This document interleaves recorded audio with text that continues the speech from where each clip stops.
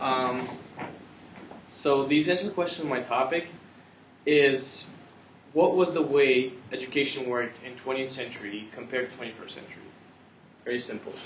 What drew me to this topic? Well, first of all, college is right ahead of us, and it would be good to know what we're stepping into by exploring the old and preparing for the future. What I was interested also in was see what didn't work, what worked in like 20th century education, what didn't work in maybe 21st early century education, and lastly, understand the progression from a undeveloped, simple education to like an advanced and intermediate education. Um, I hope to find out the variation of education systems which existed during 20th century and see how they worked.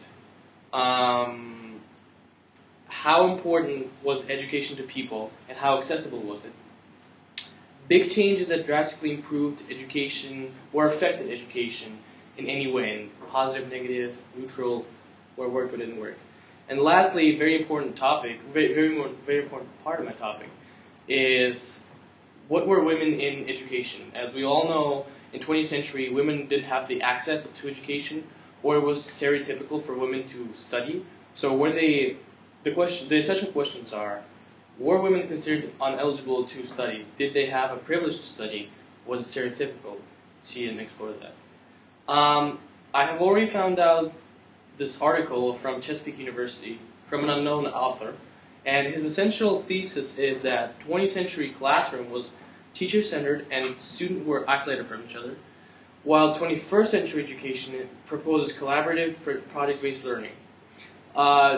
He supports his thesis by factual evidence, statistics, and literally student questionnaire.